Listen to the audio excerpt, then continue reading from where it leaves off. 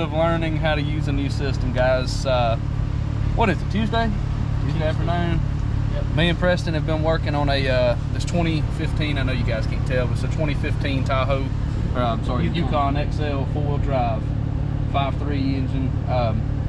We put an engine in this rig several weeks ago, and customer called back a few weeks later with complaints of a steering assist reduced, drive with care message displayed on the instrument cluster.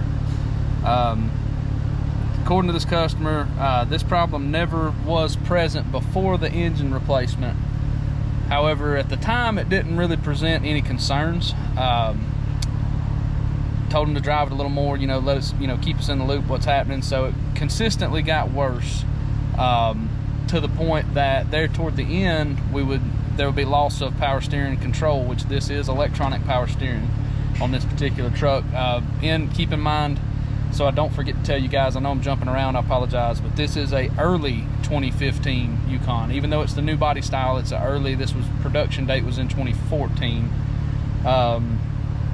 We've been looking at this thing for quite some time, on and off.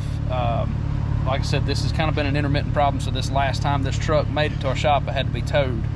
No start, no crank, service brake assist, service power steering system, service traction control, ABS lights, brake lights, service parking brake system. I know I'm missing a few, guys. And again, bear with me because I'm new to my system here, but we have purchased a new GM MDI2 with AC Delco Tech Connect set up. So just going to go through a list of a few different codes that we found here. And I know it's probably going to be hard for you guys to see, but that's a UO121. That's lost communication with electronic brake control module. In the transmission, we've got a lost communication with electronic brake control. Same thing in transfer case, but we've also got invalid data received from ECM. And invalid data received from electronic brake control module.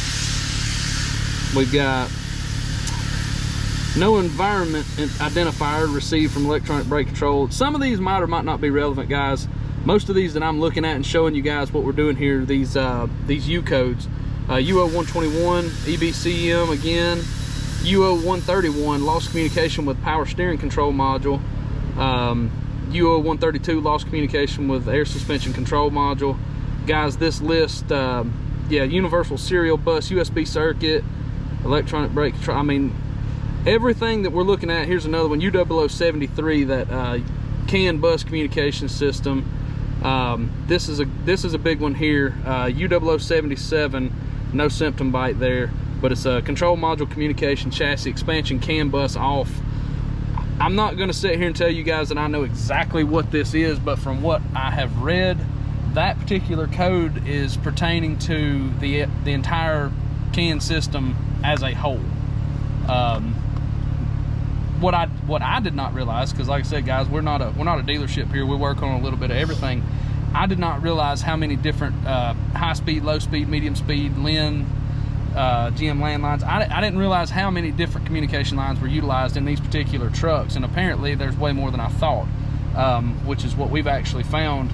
So I wanted to show you guys kind of an idea of what we got, and like I said, keep in mind we found all kinds of different symptoms. Am I missing anything else? Well, I know we had reduced power steering, then we had no power steering.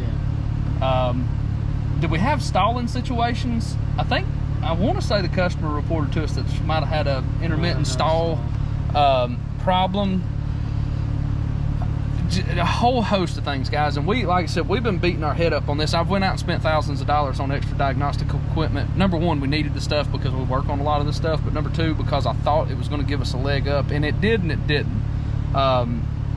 It kind of put us in the right area, then again it kind of didn't. There again, we're still learning it, guys. This is the first day we've used this. We work on a little bit of everything, but I wanted to show you guys, like I said, this one right here to us was the big one. This UO077's control module communication chassis expansion CAN bus off. Now, part of the way that we found this was by process of elimination. Old Preston over here He got his head wrapped around this thing with an ohm meter, and we started testing resistances at the DLC like you would on a lot of the older stuff. And we made our way down to the power steering control module, which is actually the rack and pinion on this particular vehicle because this is electronic power steering. Fiddled around with a couple of them connectors down there and noticed that we made a significant difference on resistance, wasn't it? We went from kilo ohms in the high kilo ohms to some mega ohms to it was kind of all over the map. I'm not 100% sure exactly how to explain that, but that was how we were doing that, guys. So when we got this, there's actually a CAN bus tester portion of this that we started utilizing, and just as luck would have it, truthfully, I'm not going to sit here and tell you we knew what we were doing, because sometimes we learn too. As luck would have it, I was actually sitting in the vehicle looking at the CAN bus tester and listening to the tones that it was giving off, and Preston slid under this thing and started messing with the plug that we thought we had a problem with, and lo and behold, we ended up with some extra communication on multiple different modules on my CAN bus tester. I wish I would have videoed that, guys. If we ever do this again, I'll try to have the camera and actually show you how we seen this and how we got upon this. But we're gonna jump out of this thing, shut it off. I'm gonna lift this vehicle up and show you what we actually found, because I'm gonna tell you right now, I've spent way more time, and some people say whatever they want. We've spent way more time at this point trying to pinpoint the problem for this customer that we actually technically never caused, because these parts that are broken, the issues that we found, actually have nothing to do with the engine replacement. These plugs never got disconnected. This harness never got moved. This was all total coincidence. But I'm going to lift this bad boy up. We're going to show you what Preston's found under the bottom of this thing and explain to you why we think we found exactly what we found and why it's causing all these problems. So guys, just hang out with us for a minute. We're going to see if we can get this bad boy up in the air and see if we can show you what's what. Yeah, if you're going to drink your Bud Light, you got to be in the dark. Everybody knows that. God Lord, boys. Okay, again, guys, we are back up here. Early 2015 Yukon XL. Like I said, bajillion different problems. We put an engine in this thing. It's okay. Don't worry about that leg back there. It's just about to fall off. Just don't move it. Don't look at it wrong. Maybe the wind won't blow and we'll be fine. I paid workman's comp last week, so. Oh God. But guys, look, here's what I want to tell you. So look, we went all through this car, and I know some of this is probably going to be hard to see, but this is your electronic rack and pinion power steering on this particular car. Instead of hydraulic, we've got electronic. Bear in mind, Preston, one thing he had found when we were testing with just a good old school ohm meter, we were checking resistance on pins 6 and 14. 6 and 14. I think it was 6 and 14. Our resistances were way outside of anything that they should have been. We went ahead and we're just kind of laying hands on all the different modules we could find. We were shooting for the stars at that point in time, which is actually funny because we got led to this connector right here, which is, like I said, this is your power steering motor. Once he got this apart, now we didn't have it on the lift at this point. I'm gonna try to get in here, guys. I don't know if I'm gonna be able to get a good, clean picture of it. Let me try to get the light right. Oh man, I don't know. There we go. All right, guys, I don't know how well y'all can see that, but this particular plug has got a bunch of blue corrosion and crud down in the bottom. All right, what the problem actually is, though, put my light here, Preston, this particular plug, as you can see, there's a bunch of crud right there. All right, one thing that we noticed, though, once we got this baby up in the air, this is a 10 cavity, so back your light up just a little. This is, there you go, 10 cavity wire connector, but one cavity is empty. Well, if you get to looking up in here, after we realized there was all this corrosion inside this plug, there's only 8 pins left, 8 male pins inside this connector. This thing should have 9 pins inside of it because there's 9 wires in this 10 cavity connector. This particular pin here on the top left, you can see it's kind of rusty looking. That's because it is broken and rotted out of this connector in the power steering motor. Now, what we did after that, Preston, you jump this bad boy on, kick start this. Oh, here we go. So I don't know there again, guys, if you'll be able to see this. We went ahead we're just trying to double check our work. We're at the K43, which is power steering control module. So all 9 of these wires that we realized what was going on here are all data communication wires. Every last one of these wires in that plug are all datacom wires.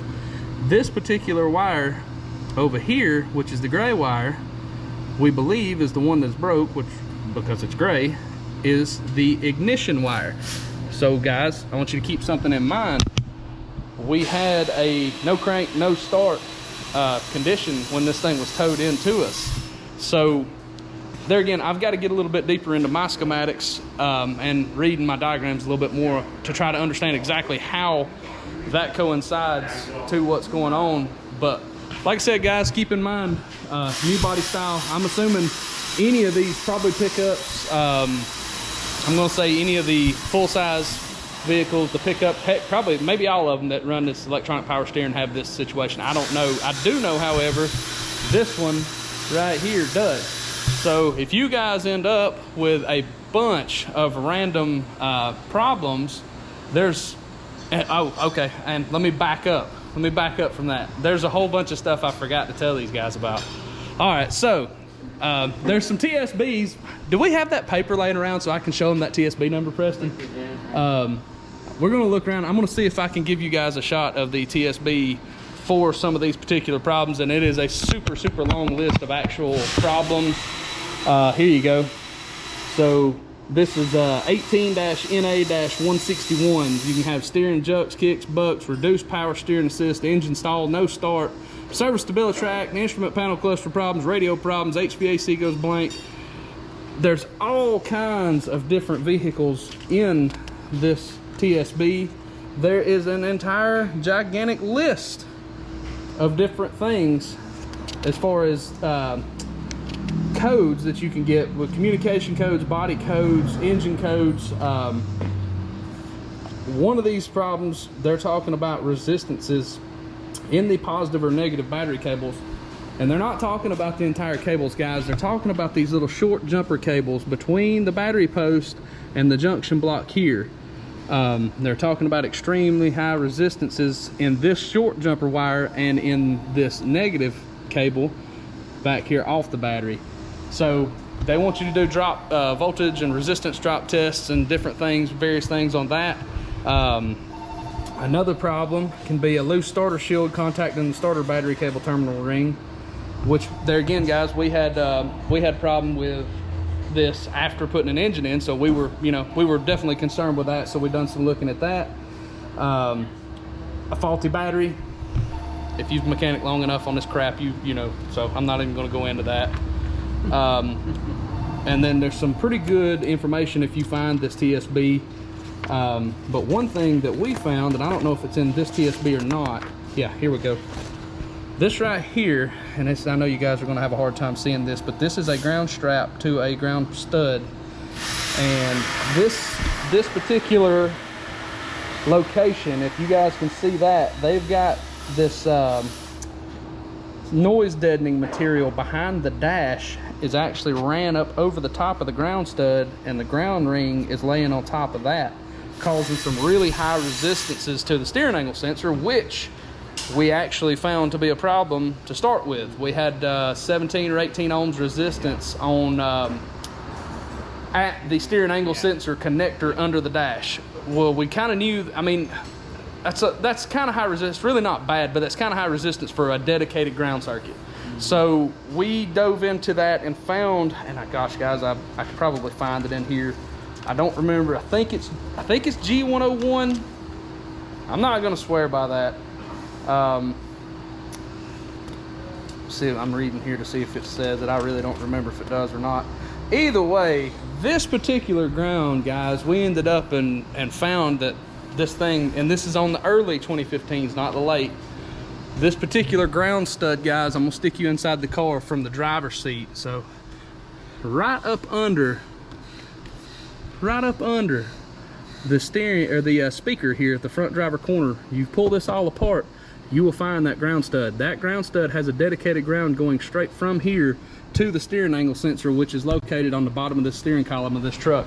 It did in fact have high resistance. We took that thing apart, found exactly what this TSB from GM was talking about, fixed the issue and verified the repair. We got rid of that and brought the 16, 17 ohms down to 2/10 or 3/10 of an ohm, which it should be as a dedicated ground that's only, what, 2 foot long, 3 foot long.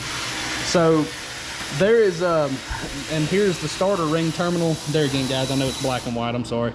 But you can see the starter shield up here above my finger, and this is your starter ring terminal.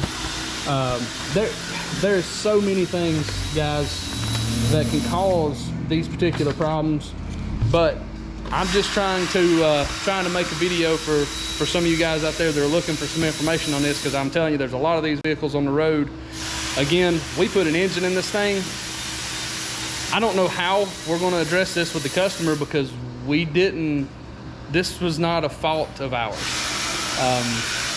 Now I can assure you probably what happened in the project, in the middle of taking this engine in and out, moving wiring harnesses, this and that, we moved it around just enough for this problem to, you know, worsen. However, none of this ever got disconnected, none of this ever got unplugged, but we're in the middle of now waiting on finding a power steering rack motor or rack assembly so we can install and program to this vehicle and hopefully fix this thing. But this, as far as I know, we have pretty well pinpointed the issue, guys. So like I said, rack and pinion problem, multiple communication U codes, several modules not online, not a whole lot of good direction online from multiple different paid websites, All Data, Mitchell, AC Delco. We actually bought factory level equipment.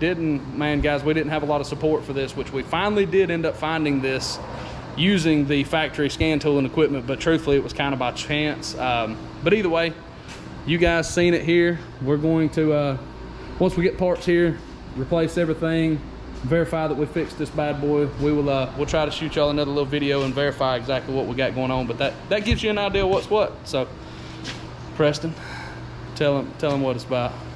Fantastic. He's so freaking happy he can't stand it. All right, guys, I appreciate y'all watching. GM Clark. All right, guys, happy to report that we did actually get this vehicle. We're going to consider this thing fixed. I actually forgot to bring my camera to work, so I just figured I'd throw you a little voiceover to talk to you just for a quick second about the fact that we did fix this car with a rack and pinion. What we did end up finding, though, guys, is that you could not buy a rack and pinion from GM or the aftermarket right now.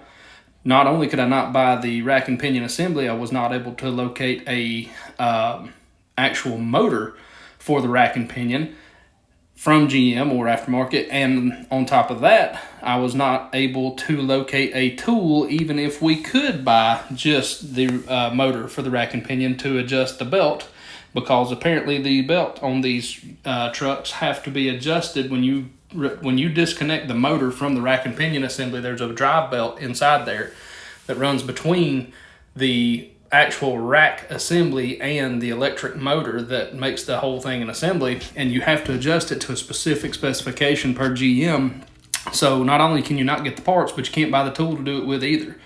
But I am happy to report that we've had this one gone for about a week. Customers not called back, so I'm going to assume no news is good news. We've got this took care of. So if you guys have any questions or comments or whatever, leave them in the comments below, obviously. But I appreciate you guys watching. Like I said, if y'all like the content, and I know it's not the best video in the world, but it's more of an informational video than anything. A lot of talking, but I think it's probably worth listening to if you're having similar situations. So if you guys like these videos, please like and subscribe them, and let us know what you think. We thank you very much for watching.